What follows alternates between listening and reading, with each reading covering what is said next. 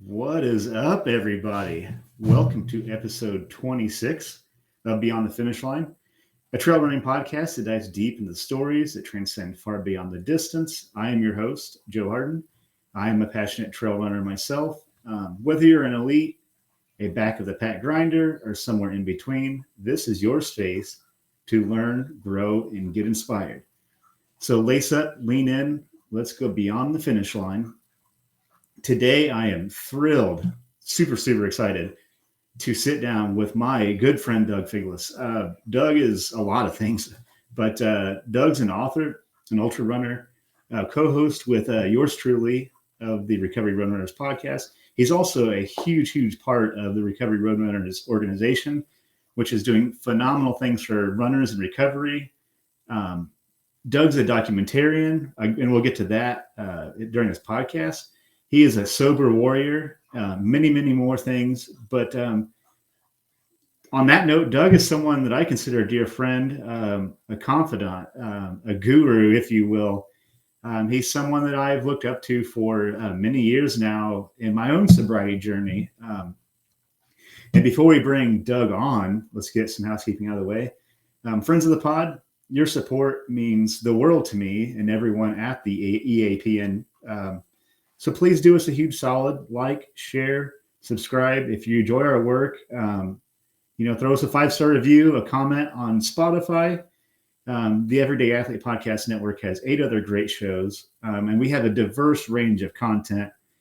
We have something for everybody, for all distance. We have, men's mental health. We have a space for women of color in endurance sports. We have something for everybody. So now, without further ado, let's go beyond the finish line with my friend, Doug. Hey. What is up, Doug? What's going on? We've been, obviously, not much. It's a long time coming. I can't believe it took me this long. It took me 26 episodes to get my friend Doug on. So we've hosted together. So it's kind of cool. We hosted together on the Recovery Road Runners pod. So it's kind of cool to have you on my show finally. Well, thank you for having me. That's okay. Episode 26 is cool. 26 miles in a marathon, right? So, dude, I didn't even think about that. Cool. I'm really excited. It's not only is it a chance to sit down with my friend Doug, but it's a chance for everyone that may tune into my show to get to know you. Because I could go on and on for days about how awesome you are, but dude, you're just you're a phenomenal human and someone that I think is very interesting. And I'm so glad that our paths crossed. I was trying to think today, actually, how we met, and I feel like it was the Tuesday. So Recovery Road Runners had a Tuesday night group, and I don't know. I think we hit it off like first meeting I went to. I think we started talking. It feels like we've been lifelong friends, and I know it's only been a few years, but maybe that just shows you like the quality of a good friendship, I guess. But oh man, that it was definitely that Tuesday Zoom meeting, and a couple of those were a little bit slim, and I think you and I were chatting away, and know each other, I hear you tell your story, I tell mine, and there are just so many similarities. And I think that's why we sort of vibe together, which is great. And thank you for that amazing introduction, by the way. It's crazy to reflect on you calling me all those things. There's a period of my life where I wasn't much of anything. So that's thank you. That made me feel really good, Joe. Yeah, and of course I couldn't do justice to all the things that you do. So how does it feel to do you still struggle with hearing those things? It's like, wow, but you are those things, how does that feel to hear? Yeah, I don't know if imposter syndrome ever goes away. I've been able to come to a point where I can accept a lot of the things that I've done and that I do now.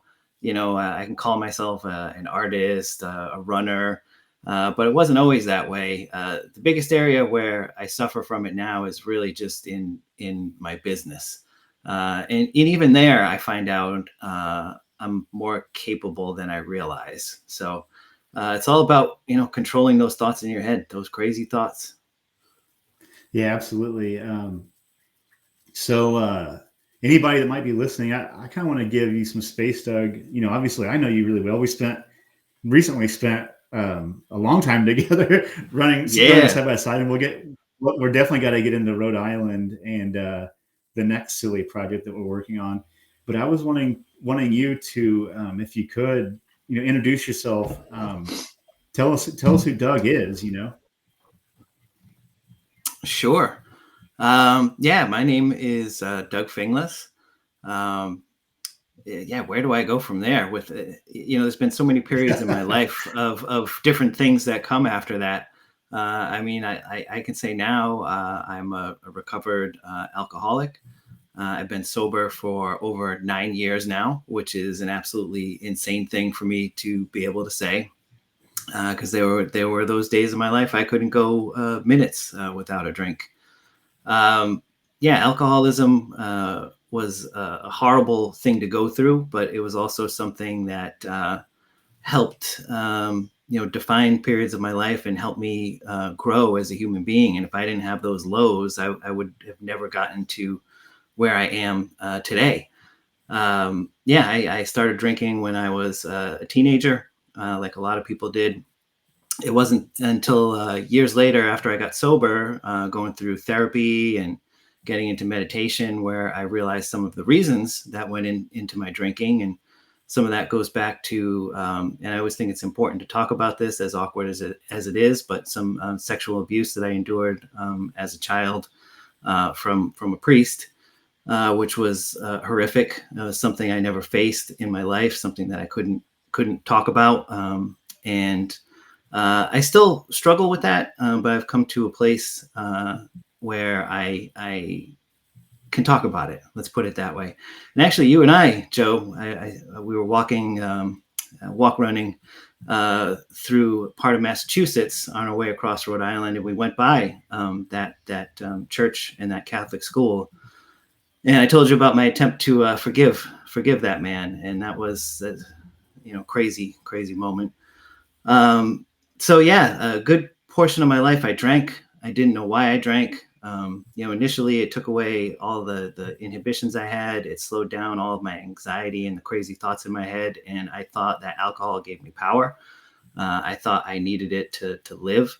And it became pretty much my whole identity. I drank and I was a skateboarder. And then the alcohol sort of flipped and it started to take from me. And that happened very early. I was always a really smart person, and I squandered a full scholarship to my first attempt at college. And I realized now it was the alcoholism that was kicking in, and my health slowly started to decline over the years. And I remember the first year after I got out of high school, I put on like 100 pounds. I beefed up to about 250 pounds. And then just continued to grow and grow. And at the end of my drinking career, the last weigh-in I did with a doctor, I was like 331 pounds. And then, they were starting to tell me I had liver problems. So I avoided doctors, that was my strategy then. Eventually all of that horribleness culminated in 2015. I had gone through a divorce a few years earlier. I was living in an apartment by myself over in Fall River, Massachusetts, and my life was miserable. I was barely holding down a job when I would show up. I was, drinking from morning until night, drinking at work, drinking while I was driving. It didn't matter. I just needed it, passing out on the floor, waking up with a pile of throw up next to me, and for a period too, that last year got into some pain pills, the oxycodones, and that's a slippery slope, man. And didn't want to live anymore. So Thanksgiving weekend in 2015, I got a bunch of pills and a bunch of vodka, and I tried to take my own life. And something happened where I ended up calling 911 and got brought into the hospital. At that point in my life, I was so huge I had been having problems putting like my shoes on. I had a condition called ascites where my body was filling up with fluid and I was swollen just everywhere. It was painful to bend my knees. Fluid had gotten into my lungs. Like I couldn't catch my breath just sitting or standing still. And in the ambulance, they had to have me like propped up. They couldn't lay me all the way down. And I was a little bit of a spectacle in the emergency room. The ER doctor, I remember, was pointing out spider veins that were on my shoulders and these marks on my stomach that I had always thought were stretch marks from being fat. They were actually liver marks. And I did the whole thing in the hospital at that point. Went through the DTs. They had me on a lot of IV Ativan. And my whole life, had just crashed around me. I didn't know what to do. I didn't know how to stop. And I moved back in with my parents at 37 or 38 years old. I was on an oxygen machine when I first was at their house and was just completely lost, Joe. Just completely lost. Like, how did I get here? How did my life get here? And I was really afraid. And that fear kept me sober for a little while. And, it was a few months I got off that oxygen machine. I wasn't drinking and I was eating a little better. So I had lost a little bit of weight. And eventually I had begged to keep the job that I had as well, which I still work at today a lot more successfully along with my business. So there was this one day, my parents had been the ones who were driving me to and from work, and they started to trust me a little bit again. And my mom let me take her car and ended up at the liquor store again. And it set forth a week of craziness. The worst thing that happened, work, nobody knew. I didn't die. I didn't get in trouble. So the next day it was a little more. Next day it was a little more until I come back to my parents' house. I remember it was a snowy night too, drinking and driving in the snow, like hours after I finished work. And my folks didn't know what to do with me. And they brought me into the hospital emergency room because I was lying to them. I was like, I didn't have anything to drink today. Must be these anxiety pills that they have me taking, full well knowing I'm a liar. They did a blood alcohol test on me in the emergency room. And this was my moment of clarity, me arguing with an ER doctor that they must have done something wrong because I didn't have anything to drink that day. And I remember on the ride back, I told the truth to my parents. And we got back to their house and I had a complete and utter breakdown on their couch, just bawling my eyes out. I haven't had a moment like this since. And I'm actually kind of seeking a moment like this now. Maybe not as intense as that was, but I'm really trying to connect with my emotions because that's been a whole other issue with me. Just I don't want to do this anymore, but I don't know what to do. I don't know how to stop. And I had been very inauthentically seeing a therapist, lying to that therapist. My parents spoke to that therapist who was like, well, I've been telling him he needs to get into Alcoholics Anonymous. And of course, I didn't share that with anybody. And the next day or a couple days later, I went into my first meeting. And that's something that worked for me. There are a lot of different paths to sobriety. I'm not going to knock any of them. There are some people who really like AA and there's some people who don't. It worked for me at that time. I embraced that program. I found myself a sponsor fairly quickly. And I started to work those 12 steps. And that's truly when my life started to change. I remember getting to my fifth step, which is where you share your story with another human being. And I very purposely did it with a Catholic priest. I took Catholic confession, which is not something, listen, I'm not a religious person for many obvious reasons, but it seemed like the right thing to do at the time. And let me tell you, Joe, I came out of that feeling like a different person. I felt like I had lost 1,000 pounds of emotional weight, man. And I get a little choked up talking about it now. It was a moment. And I've never looked back since then. And I kept doing those steps with my sponsor. and just started to live an entirely different life. Over the course of that year that I did those steps, I had been trying to watch my diet. I started to walk a lot, and I lost like 100 pounds just through walking and diet. And that, man, initially, because I had been like some of those initial walks, I had to take like a little oxygen tank on a little cart with me, and I was going like barely up the street my parents lived on and back. Where towards the end of that year, I was doing hours and hours of walking. It was a great way to clear my head too, and just to get out of my parents' house. I love them, but there's definitely stuff there from my childhood, it was on one of those walks. This was sometime towards the end of 2016. Have no idea where the thought came from. I had never been a runner in my life. I know that I cheated at the mile run we had to do in high school. We were supposed to do these laps around the parking lot. I know I skipped one of them. But the idea came like, geez, I wonder if I can run from like this telephone pole to that telephone pole.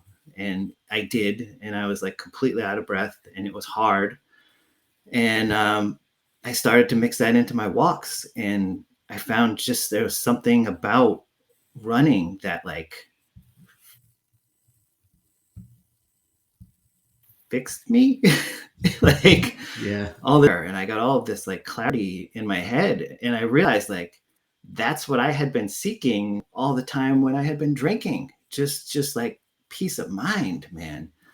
And I now I've been chasing that ever since, which has been its own fun journey over these years between injuries and surgeries and putting weight back on and taking it off and yada yada yada. So it's been awesome, man. It's been awesome. Hell yeah.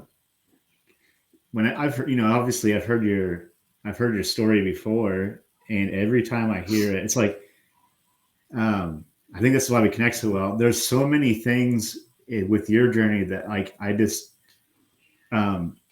it's just like it's like wild, the parallels that both of our sobriety journeys have taken. And I don't know where I'm going with that other than just Doug, that's as always, your testimony is powerful. And if anything, it hits harder every time I hear it. Like something that you say hits different each time I've heard your sobriety story, whether it be in like a meeting or while we were running or today. So 9 years, dude. I know.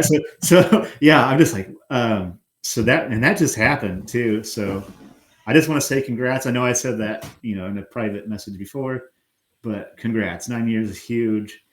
Thank you. Yeah. And that's a huge deal. It's a huge deal.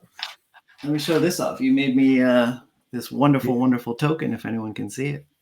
Yeah. Yeah, it's so cool. I was really stoked and really proud to make that for you, man. And shout out to Recovery Roadrunners too. That's what connected us, and that's a big deal. So we'll be bringing that podcast back sometime in May. Heck yeah. I can't wait. That podcast is, if anything, that podcast has become my meeting. I don't hit the meetings as much as I used to.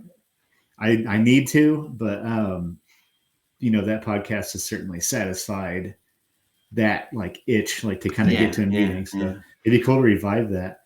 Yeah. So, we're definitely going to. And similarly here, like I don't get to anywhere near as many meetings as I used to. It's like a different purpose if I go to those now where, listen, I'm not like perfect or like completely fixed as a human being or anything, but like I go there to try to help other people now, or like when friends have anniversaries. And I love Alcoholics Anonymous. I'll never put it down, but I have heard it said before, and I tend to agree that like if you don't eventually sort of outgrow that, you're doing something wrong in your sobriety. And for me, that's like making sure I spread the message and finding other ways to help, not just other alcoholics, but just help others. That's like just the strong message I'm trying to go with. And I haven't quite figured out the best way to do that, but I try. Man. Yeah, same here. I feel like it's not an obligation as much as it's like a calling now where I feel like I need to like kind of pick, like same as you. I'm not fixed by any means. Like Yeah. I've said this, I've written this, I've chanted it in my head, but sobriety is an ultra marathon. It's not a sprint. I've had bad days as recent as this week where I was just like, dude, that's not who you are. Like you need to like, it's time to hone this in. So like you said, I'm not fixed. I'm always working on myself, but I like to kind of like, now it's like kind of like a pay it forward mission versus like, going to a meeting and like going through the steps, like, I've done, but, so yeah, absolutely. So something that you touched on in the end of your testimony is running. Cause I think we have to talk running.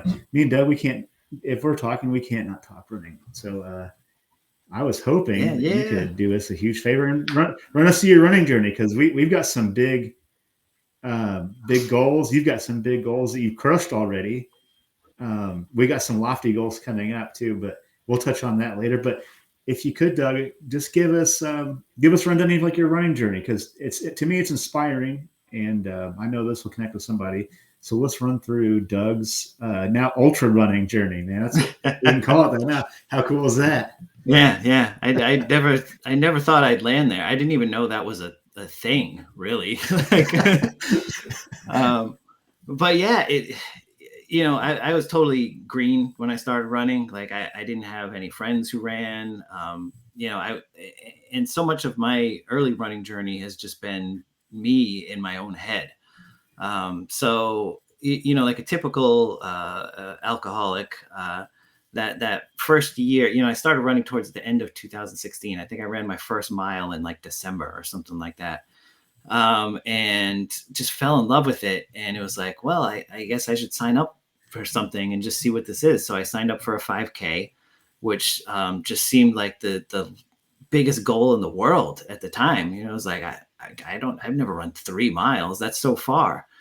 And I did my first 5K, I believe it was in April 2017. It was the Newport Night Run in Newport, Rhode Island. And oh my God, I fell in love with runs. Like just the atmosphere at the start of and it's different at every run, but like, just all the people. And like, I had like a little level of anxiety, like, can I do this? I've never done this before. And then got it in my head, well, there's got to be more, right? Like more is better. So I remember I skipped a 10K and I signed up for a 10 miler, the Newport 10 miler in Newport, Rhode Island. And it was like, wow, 10 miles. That's like, nobody runs that far. That's crazy. And I successfully did that. And then it's like, well, I've heard about these marathon things. Like, I guess I should sign up for a marathon. I don't even know if I realized that half marathons were like a thing at that time. So I signed up, and this is funny now that I'm saying this back, they're all in Newport. I signed up for the Newport Marathon in Newport, Rhode Island, cool. Which was in October 2017. And I went and I successfully did that. And like I said, I knew nothing about running. I went, like all my training, I didn't hydrate. I wasn't taking gels. I didn't know anything about nutrition. I was just eating the way that I normally ate. And I went and did that one, and I didn't take a sip of water or Gatorade or electrolytes or wow. anything until around mile 22 when I hit a wall, like hugely. No gels. I think I might have had like a little breakfast that morning. And then like I tanked down some Gatorades at one of the aid stations, and it was like a crawl to that finish line. But I just walked a little bit and then walked and jogged. And I got to the end, and I tell people about this experience, and this is why I think continuously working on yourself is so important. Like I got to that finish line, and all these people I had spoken to told me like, you're going to be so proud of yourself. It's such an emotional experience. And I felt nothing, Joe. I felt disappointed in myself that I couldn't run the whole thing, that I had to stop, that I had hit a wall. I had wanted to go in, and I had it in my head that I could run under 4 hours. And like, I kept a pace where I might've been able to do that until I hit the wall, And I think, I don't know if I realized it right then, but not too long after, or maybe talking with my sponsor, I realized like, holy crap, there's like a lot more work that I need to do on myself, and that led me down a whole other road of finding my therapist, who you met. We went and did a sound meditation with Linda. That was awesome. Listeners, I got to introduce Joe to sound meditation with gongs and crystal bowls, and I love anyone who comes to visit me. I have to take them there. Dude, I think I was honest with you afterwards, but I don't mean to step on where we're going with the conversation, but no, go with it. I had obviously I had reservations like in the car on the way there. I'm just like, this, to me, this doesn't sound like, it's just like crystals or something like that. And, now I feel bad for thinking that way, but as soon as we pull up in the driveway, it's like, you know what? Every time I feel I have like a reservation about like a preconceived way I think something's going to go, I'm always wrong. So like when me and you park the car and like we're walking to the door, it's like, I'm going to erase all my thoughts about how I think this is going to go. I'm just going to be an open slate. Man, that sound meditation did something to me. Like, it was wild. Yeah. I mean, I wouldn't say like I had some like great profound moment, but it certainly like, it made me rethink everything. And I'm going to go back and do sound meditation because It did something. It definitely like awoken something in me. And, like I said, it was like a wild journey I reached like a point, I think I told you this, like on a run, but I reached like a point where I was like, I couldn't tell if I was like asleep or awake. And I had like a wave of like panic, but like this, like almost like a weight lifted off my chest. Like the next moment, it was wild. So yeah. I just want to say that to anybody listening, like give it a go and just like forget what you think it might be and just let it do what it's going to do. Like, I don't know how better to say that, but I'm glad I like went in with like an open mind because it really did something for me. So. Yeah. No, I love it. Like I'm big into meditation of all kinds now, like quiet, silent meditation, guided meditations, but sound meditations were the first ones that worked for me because they just did something to quiet my head. There was something else to concentrate on other than my own thoughts.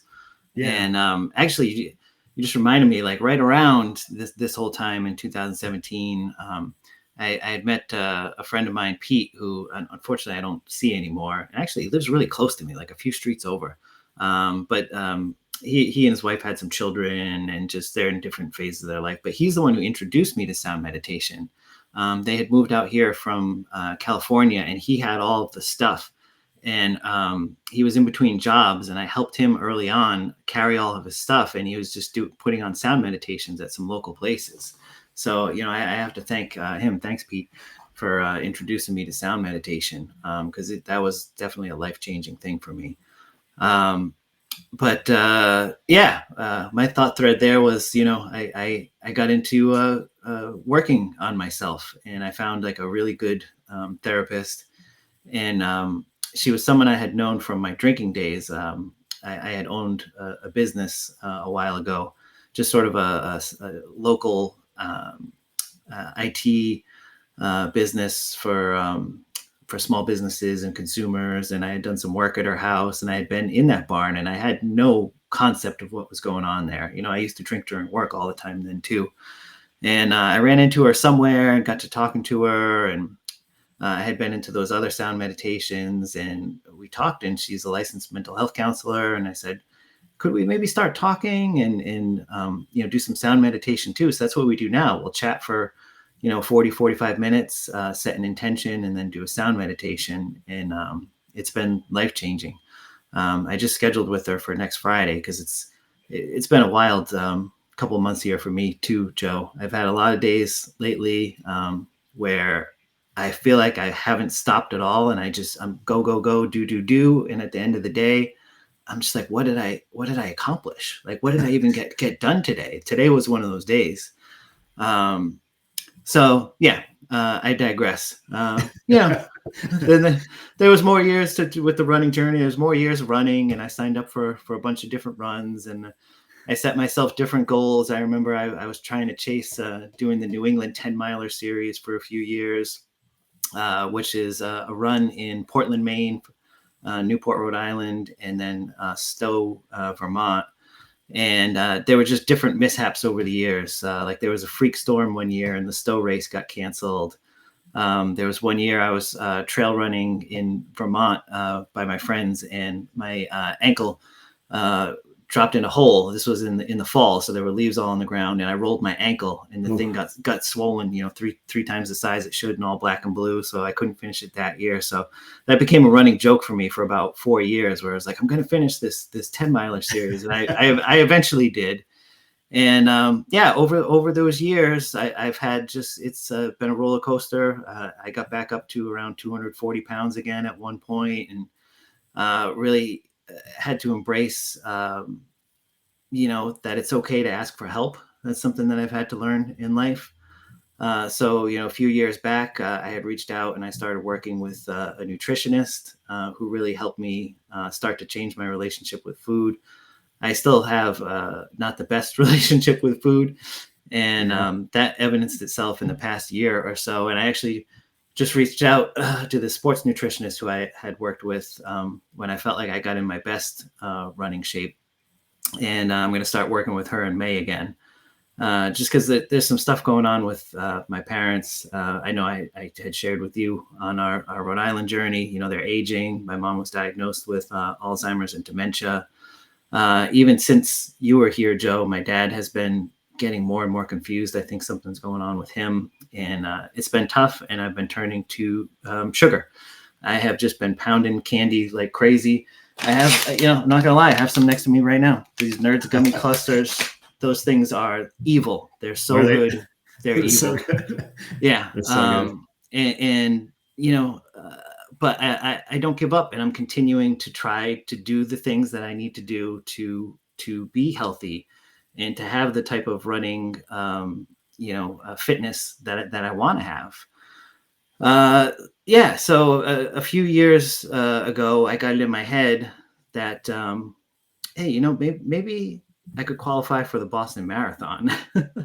I had been, watching my diet really closely. I started to work with Amber and Vinny as my run coaches. My beautiful wife, Erin, for my birthday one year said, I'm going to hire you some running coaches. That's going to be your gift. Because her sister, my sister-in-law, Megan, is an incredible runner. She just ran Boston this past weekend. We went up and we watched her, and dude, cool. Boston's a whole vibe. I'm going to run it one day. And I know I could probably get in for charity or something, but the goal for me is to qualify. So I tried really hard for that last year. And at the start of 2024, I thought I was in probably the best running shape of my life. And I went down to a marathon in Fort Lauderdale, Florida. I didn't scope out the course properly beforehand. And it was like a 5K, a half marathon, and a marathon all on the same course. And it was an out and back. And there was a turnaround for the half marathon, but the marathoners were supposed to keep going. And I was just kind of zoned out, and I didn't turn at the right spot. And also the course didn't have markers every mile. It was scattered. So I didn't realize I had made the wrong turn until I had gone out, back, and then out again.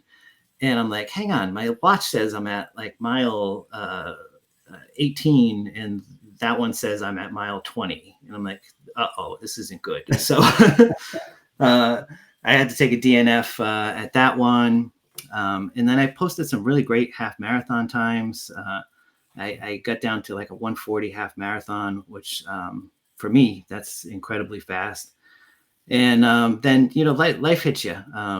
Actually, at one of those half marathons, I started to get a pain in my stomach, and that harkens back to my drinking and heavy days. I had an umbilical hernia, and something got tweaked, and I needed to get surgery.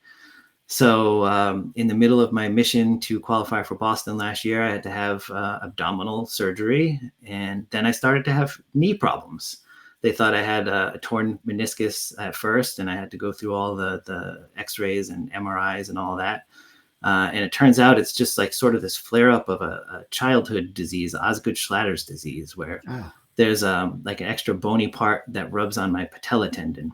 So, since then I've spent months rehabbing my knee now that I found the right rehab exercises. There's a different brace that I use now.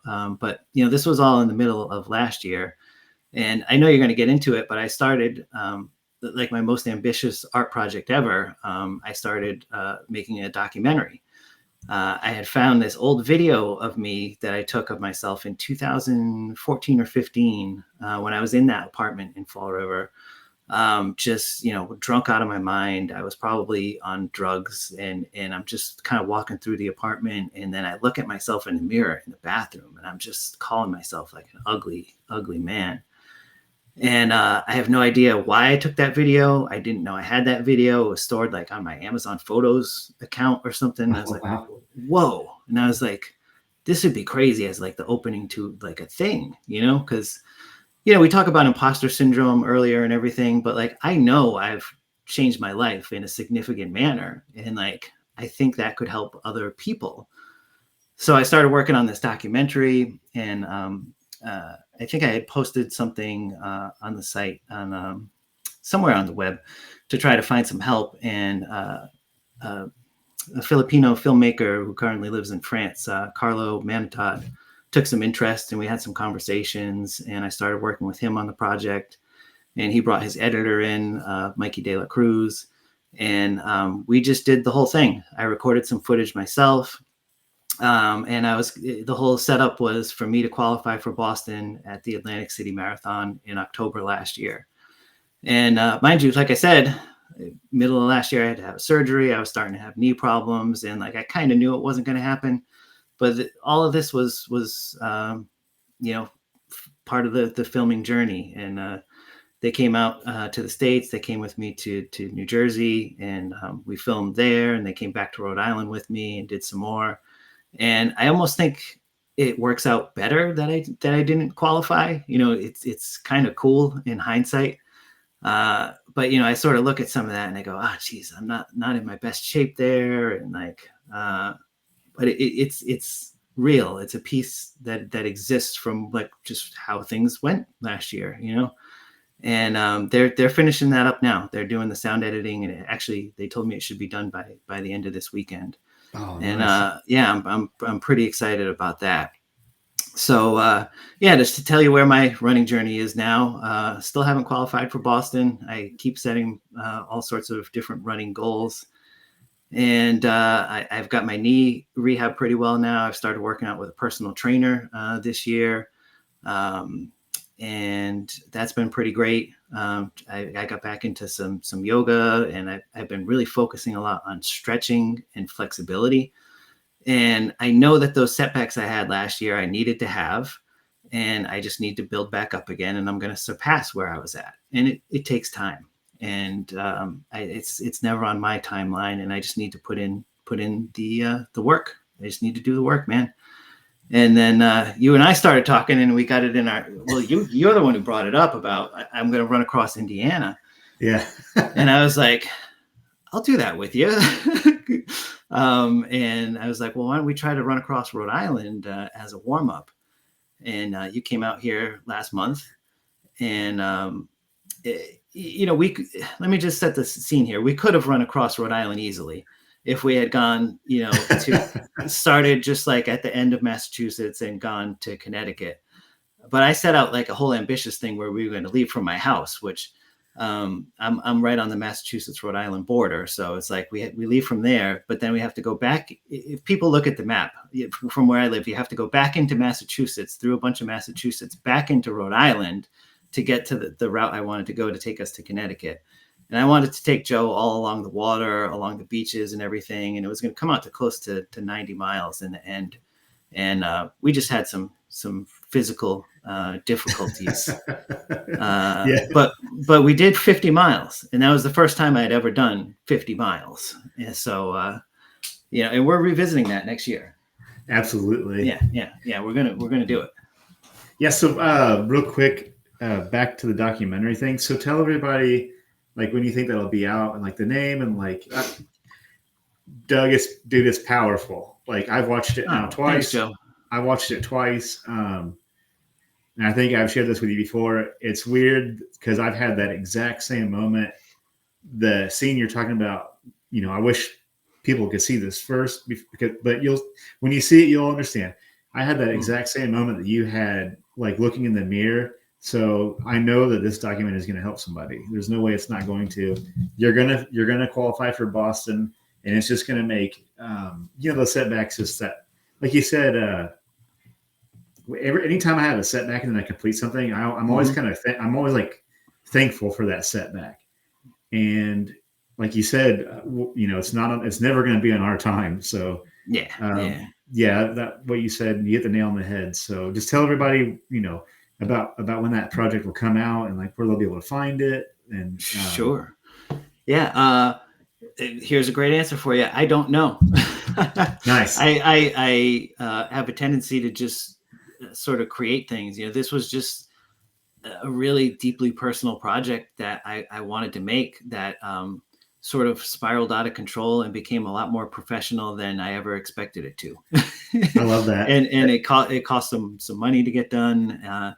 And I have no clear plan on where this goes next. I'm just happy I created it. I love that. Oddly enough, the working title and the ending title, well, what was the working title for it? Hang on, I have it on my vision board over here somewhere, I think. I forget what the working title was. It was. Yeah, go ahead. I was going to say it's I Got to Get Serious About Life was originally the title. Nice. But then the director wanted to call it Beyond the Finish Line. And that's what we ended up going with. So that's right. I love that. That's cool. Yeah. And I swear that came up before your podcast. I didn't steal it, I swear. And it's like a common phrase anyway. So. Oh man, I almost love it that you don't have like a clear, like when it's coming, where it's gonna, like it's almost what makes me appreciate you saying that is like it's not that you wanted to create it, it's that you had to create this thing. Like you were so drawn to it. That makes total sense to me. I actually kind of operate the same way. It's like, I just like, I have to make this thing. Like, I don't know what the finish line is going to look like or what the end result's going to be. So it's certainly something that I understand. So that might be why we get along so well. Yeah, man. That's all of my art projects. They just happen, and it comes in waves. There'll be a year or two where there's like not a creative thing going on. Then all of a sudden I'm like, oh my God, I got to do this. Like that's how I made my sunrise book, and then the daily quote book. It just like happens, and then I just like do it. God. And even like this documentary, it was tumultuous. I think I quit making it like 2 or 3 times, and the director was like, oh, like think about it again, like we're so close. And like but that's life, man. I do that with writing, and when I never wake up and go out to my wood shop and be like, I'm gonna make a bowl or like a lidded vase or an urn or whatever weird thing I decide to make. But it's just like, I have no choice. I have to make this now. And sometimes it doesn't matter what else I need to get done. I'm just like, I have to do this now. Yeah, and it's the same, like writing, I'll have like a thought in my head. Then the next thing I know, it's like, I have to sit down and bang out 1,000 words before I do absolutely anything else. And then I won't write again for 2 months. Like, I don't know why I can't, I don't know why I can't like bottle that and somehow like ration that creativity. I just never figured out how to like put a pin in why I operate that way. So it makes me happy that I'm not alone with that. No, I'm like the same. That's how all those like blog posts I've been doing happen. Like, I'll get the idea, and then it's like I have to finish it that night. It just like comes out. Yeah, man, I get it. I totally get it. I've been on a run on my phone and just like opened up WordPress and like boom, boom, boom, boom, boom, boom, boom. Like, I know I have places to be, but I don't care. I need to like, So you touched on a goal of something we did, something we attempted. So we attempted to run across Rhode Island, and we got almost there. We got 50 miles. It's a PR for Doug. That was huge to me. It was cool to get to share that with Doug. So that was a huge deal. And my takeaway, you probably agree with that. That's the funnest thing I've done. That's the funnest running thing I've done. That was funner than any ultra I've done. It was just, by the way, we did it unsupported too. I need to add that to this. Yeah. So we Carrying heavy carrying our own packs. egg, carrying the heaviest. Man, like we got about 10 miles, 20 miles into that. And like these packs are just like Mm-hmm. 3 times heavier than they should be. But 50 miles unsupported through Rhode Island is nothing to like scoff at. I never get blisters, and like those were the worst blisters I've ever gotten on my feet. And like they just finished healing like this week. Oh, Like the little flaps of skin on the bottom have finally like come off, and like, oh wow. dude, those were crazy. Yeah, that was. I tell you this though, like we wanted it to, but it went the way it did. See a new place. I think I want to make it a point to see a new place that same way. Because, otherwise you would just be driving over those bridges. You would just be staring through a windshield, right? You wouldn't be paying attention to your surroundings. And I feel like I got like the coolest, maybe the most unique way to experience like, Providence and like all these cool little towns that we ran through and like little parks and like the bike trail. Some of the there was a couple of bridges that we ran across that I was like, but but it was cool. We even had a couple people stop that were watching us on the tracker and talk.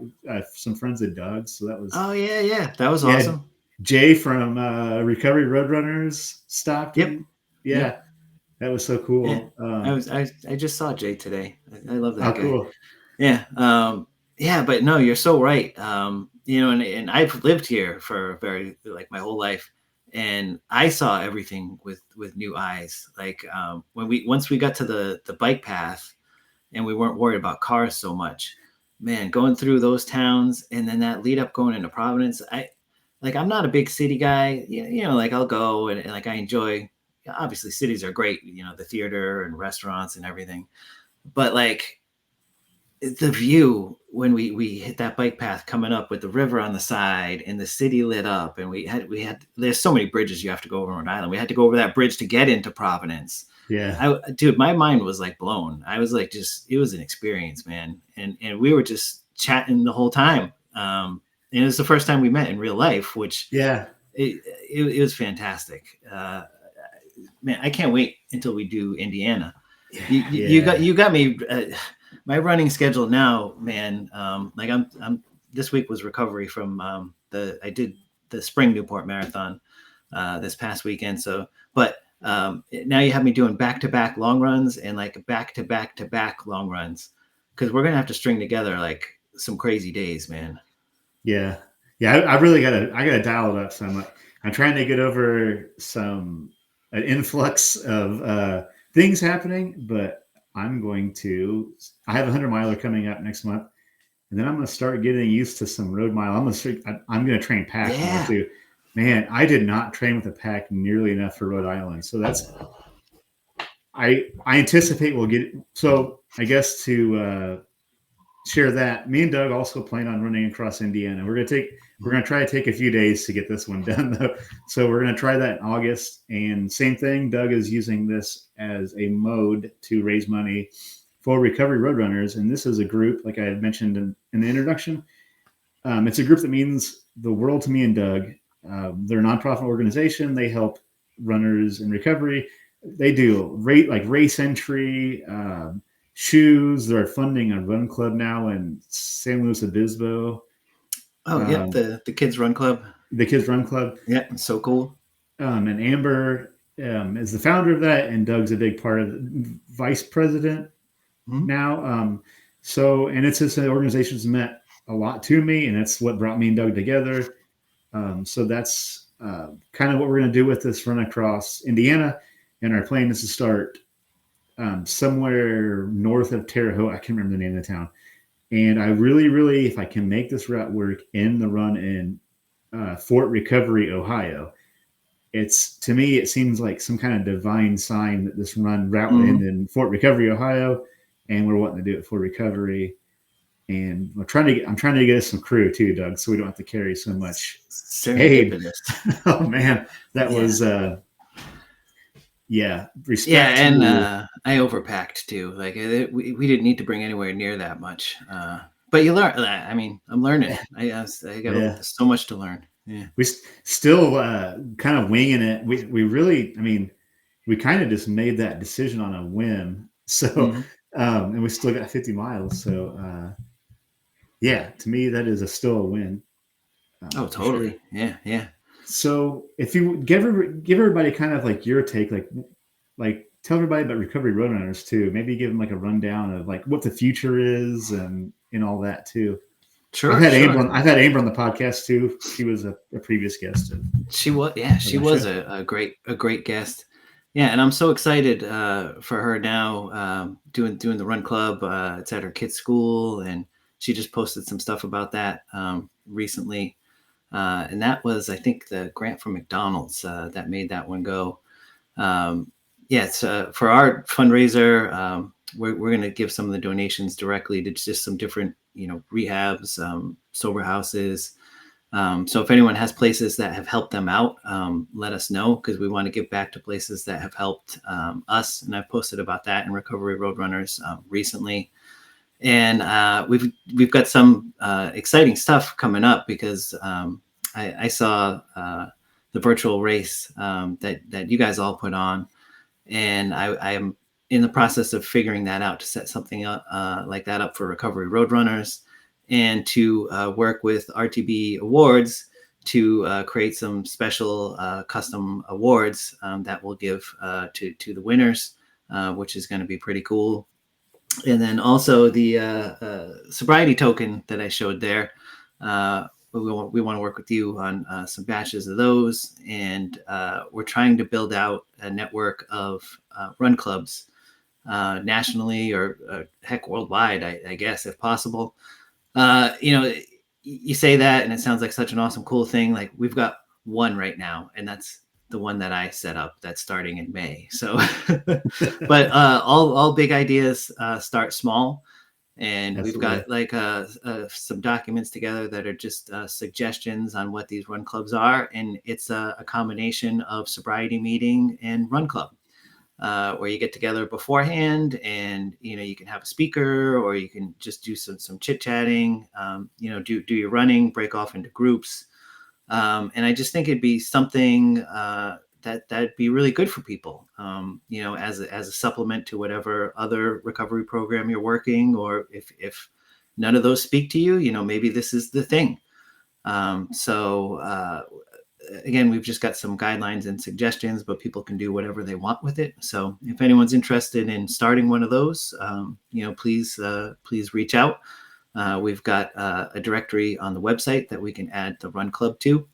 And I hope a year from now we have this conversation, and maybe we can say we've got a dozen of them or something like that, and that'll be really, really special. And that's one of the ways that I know I want to give back, is helping other people. And what a better way than through the things that have helped me. Sobriety and running, they go hand in hand for me. I don't think I could have one without the other right now. So yeah, that's where we're at with all that. Heck yeah. So over the weekend you ran a marathon Yeah. before. Yeah. So before that, so what do you have coming up? Tell everybody what you have coming up too. I know you have something outside of Indiana. You have a pretty cool timed event coming up. Oh yeah, yeah.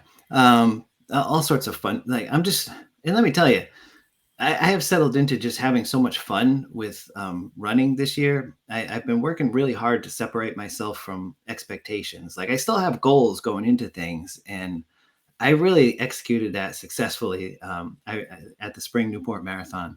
I went in with a strategy goal instead of a time goal, because I know I can run a heck of a lot faster than I did. But I just went out at a pace that I was like, whatever. And I wanted to try to run a negative split. And I did. And the race felt Nice. totally different than any other marathon I've ever run, because I always start out way too strong, and I bomb out by like mile 15, 16. And then like, if you look, you'll see I start out like, 740 pace. And then you look at mile like 16, and it's like 10:30, 11, 12, and this one I was like pretty consistent throughout. And I ran a 2:16 first half and a 2:13 second half. And I had a lot more in the tank, And this just goes to like the progression of things. Like I ran this one faster than that first marathon I did, and this one was like a jog for me. It was awesome. I freaking love running. And yeah, so other things coming up. I have all other kinds of competing priorities. I've got some 5Ks planned for this year, and I'm really confident that I'll be able to break a 20-minute 5K this year. I came close last year, and I'm building up and doing the speed work to get back there. I've got 50K, the Watuppa trail races coming up on, I believe it's May 10th or 11th. And that's a great local trail race pretty close to my house. It's a 10K loop you do 5 times. I entered it last year around when I was starting to have some of the umbilical hernia problems, and I had just run a marathon the week before. So I took a DNF at 30K. So I'm finishing it this year. I've got the Rhode Island half marathon coming up. This is a new one. I just signed up for the Philadelphia Marathon in November, and that one I'm going to push myself at. I talked to my sister-in-law, Megan, when we were up in Boston, and she's going to run that one too. So this will be the first race that I like get to do with her, which I'm not going to be able to keep up with her, but it's going to be really cool. And yeah, you and I are running across Indiana, and oh yeah, I was able to successfully get into the Anchor Down Ultra, which is another local ultra marathon here. It'll be my first 24-hour event. It's a 2.45 mile loop at this beautiful state park, Colt State Park, in Bristol, Rhode Island, which is a place that's like super special to me. My Meme and Pepe used to take me there when I was a kid. I used to fly kites there, and like I just have such fond memories of this place, and I can't wait to go there and run for 24 hours, or as best I can. I mean, we'll see what happens. So yeah, a lot of the things that I've been doing, I've been trying to support that, you know, like the back-to-back long runs, and you and I doing that 50, that gave me so much confidence. Like, I forget how long we were out there. I think our moving time was like 14 hours, but we were out there longer because we stopped off at that office and we slept and everything. And like, we went through the whole night. It gave me so much confidence that like, I can do this 24-hour race. So I'm really psyched on that. Yeah. And there's some other, I have a problem signing up for things. Like I really got to chill out on that. But those are the major ones. Yeah. I'll be rooting for you at the 24-hour, and obviously we'll see each other again before that. But yeah, that Rhode Island trip, man, that changed. I learned a lot of things on that. So yeah, I'm really excited for this next one. It's an even bigger goal. But I know. We learned a lot of good, awesome, but hard lessons trying to run across Rhode Island. So, well, right on, Doug. Real quick. What's in your earbuds right now? What are you listening to? Oh boy, I had to ask a music question. No, not Uptown Girl. No. We listened to that for 20 hours straight on the Rhode Island run. What was I listening to recently? Well, at the Newport Marathon, I'll give you a shout out. I listened to the What's in Your Earbuds playlist on Spotify. Cool. And that was really cool. And there was some Spanish song that came on there. I was around mile 9, and this was the first time I've had like a real emotional experience when I was running. But I was going at like a nice pace, and you know, we're down by the ocean, and like I felt tears coming up, man. I wish I would have let them come out.